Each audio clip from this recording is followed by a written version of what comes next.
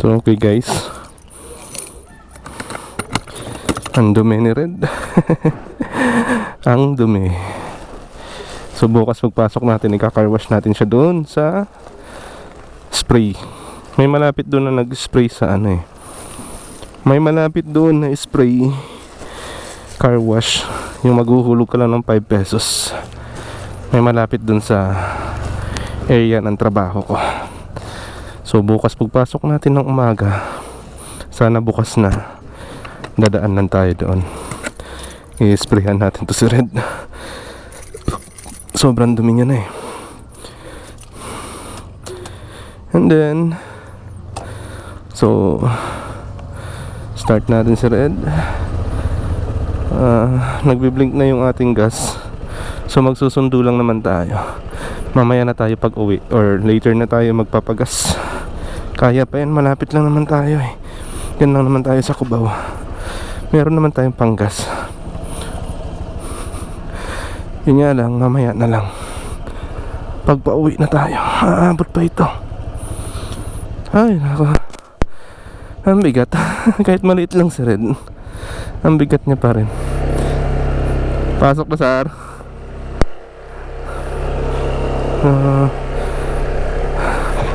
Short vlog lang tayo guys. Day off natin today. So kanina naghatid lang tayo sa work ni Commander or ni partner ko. And then pag uwi, pahinga lang ako ng konti na natulog tayo. And then pagkagising natin ng 12, nag lunch tayo. Then after ko mag lunch, naglaban na tayo. So nagwash lang ako, hindi ko na pinadry. Ako na yung nag-service, self-service tayo kanina sa laundry shop. So all goods naman. So far so goods. Ayos naman lahat. At nakapag laban na tayo. And nakapagpahinga. Kasi gustong gusto ko mag day off. Ilang buwan din kasi tayong hindi nakapag off.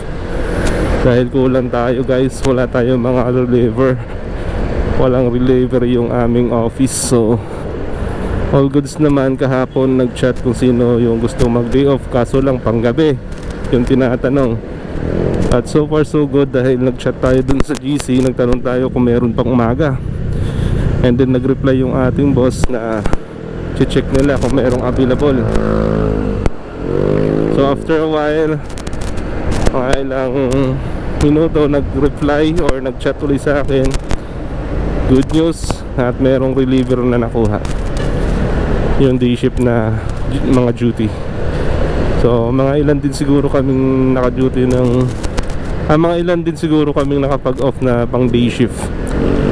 Si Manaol tsaka ako. At meron pa sigurong iba. Dahil tatlo yung available na reliever. So far so good. Nakapag-day off tayo. Okay naman. Nakapagpahinga tayo sa stress sa trabaho. Nakaka-stress sa trabaho guys. Araw-araw pasok. Nakakapagod din. So napagbigyan tayo. Ayun, nakapag-off naman tayo. So ngayon, ang ating vlog ngayon, hapon ay susundo lang tayo guys. So malapit lang naman si Commander or si partner. Diyan lang naman siya sa may Cubao. So susunduin na lang natin. Syempre day off naman natin. Samaan na lang din natin ng konting vlog. Dahil hindi na tayo nakakapag-upload sa ating YouTube. Hindi tayo nakakapag-update ng ating mga vlog. So meron nga pala tayong in-install kay Red na lever guard na magmukhang touring seat up yung ating si Red. Ayan yung ating lever guard ito. So far so good naman siya. Okay naman.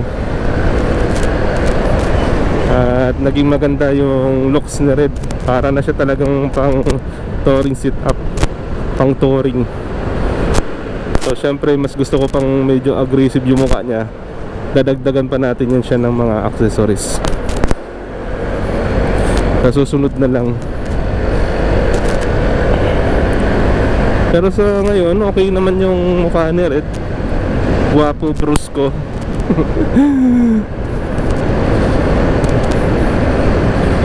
Pero sa susunod may mga idadagdagan tayo dyan na iba, mga iba pang mga accessories para kay Red. So inalis natin yung dati nakakabit sa kanya dahil racing yung mukha ni Red. Eh ayaw ko naman ng racing. Pinagkakamalan tayo sa kalsada na nagre-race. Hindi naman tayo racing. Sa atin lang may maikarga tayo sa ating motor at makaahon. At may kunting bilis lang, hindi naman natin hinahangad yung mabilis na mabilis. So saktong poging takbo lang, pugihang at tawag nito, takbong pugihan o takbong pugi lang tayo guys.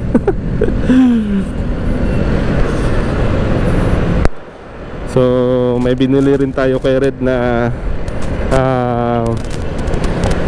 yung sa takip ng tangke niya guys, sa may gasolinahan.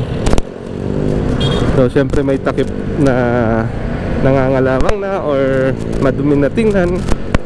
Kaya buti na lang merong available na yung parang aluminum siya. Ito siya guys, papakita natin sa video. Ayan. So ito yun siya guys. Nabili rin natin ito sa online shop.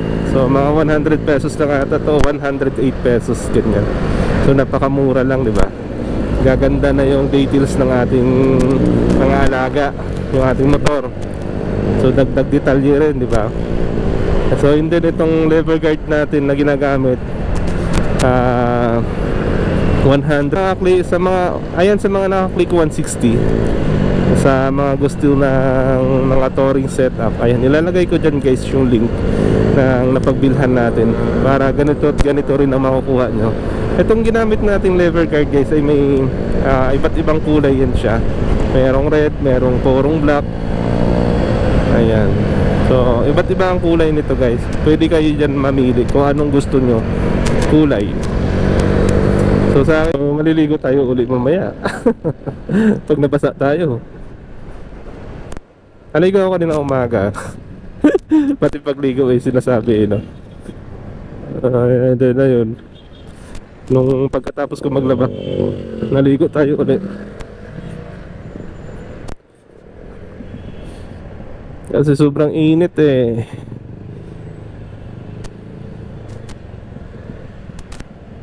Masarap maligo.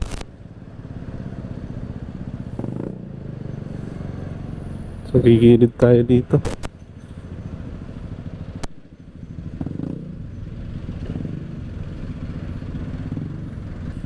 And then ipapaayos din natin itong steering bearing ni Red. Medyo may lagatik na siya So nasusunod na mga araw or makapag off tayo, di kaya pag gabi tayo, pag nagpanggabi na tayo,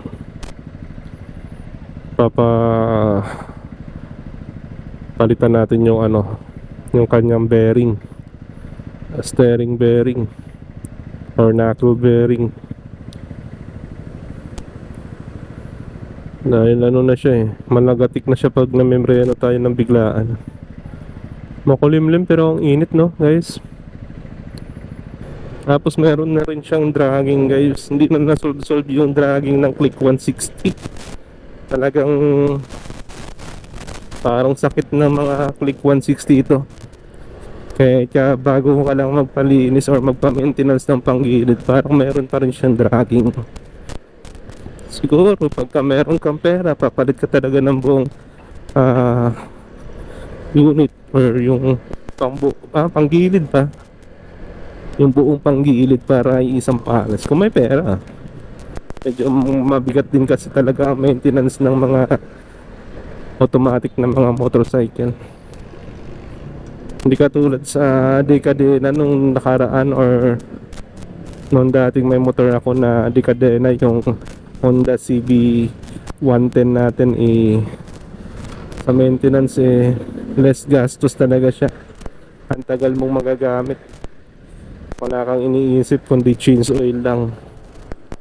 So dito, ang daming maintenance.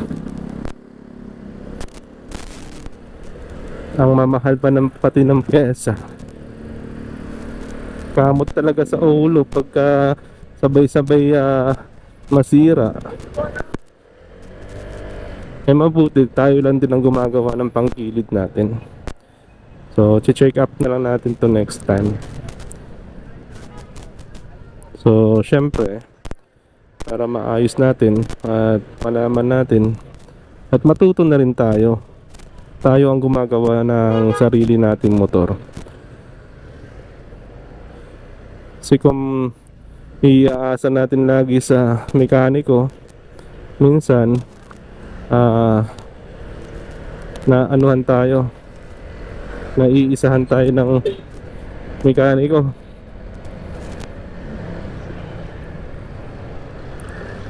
Kumbaga papalitan ka agad kahit hindi naman talaga totally sira na sira, pwede pang gamitin.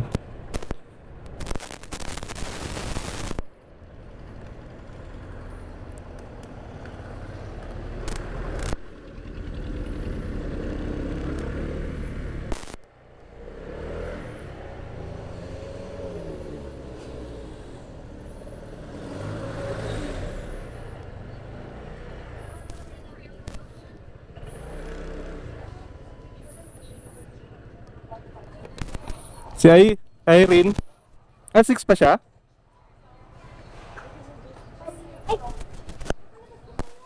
Sabi niya ano lang siya eh. Sabi niya 5 lang din siya. Sige lang po.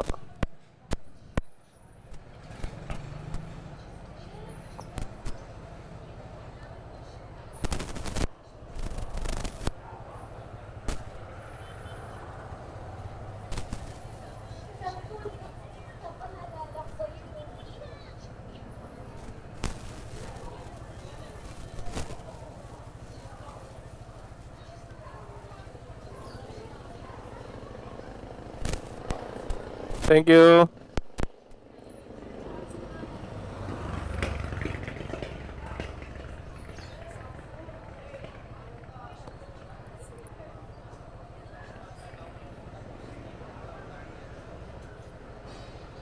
At sa wakas ay nahanap ko na rin ang aking damdamin.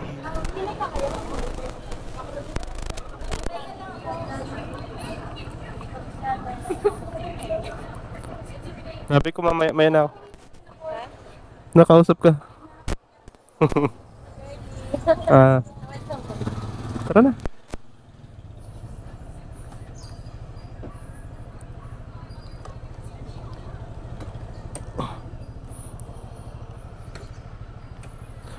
Ayun si ma'am niyo?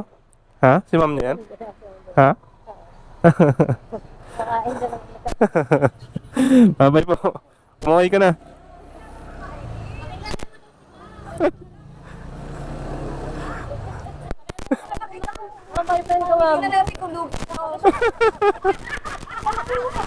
Teka mo. Ha? Pangit. Ay, hindi naman lugi. Malas lang. Nilibre ka raw niya, Irene, no? Sige.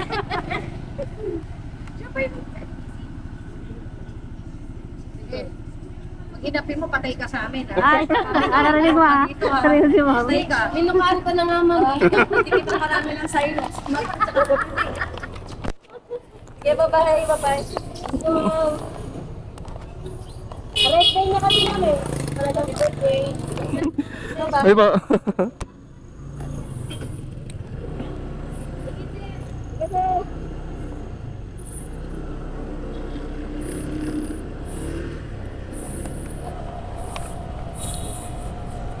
Namukhaan ko yung boss mo.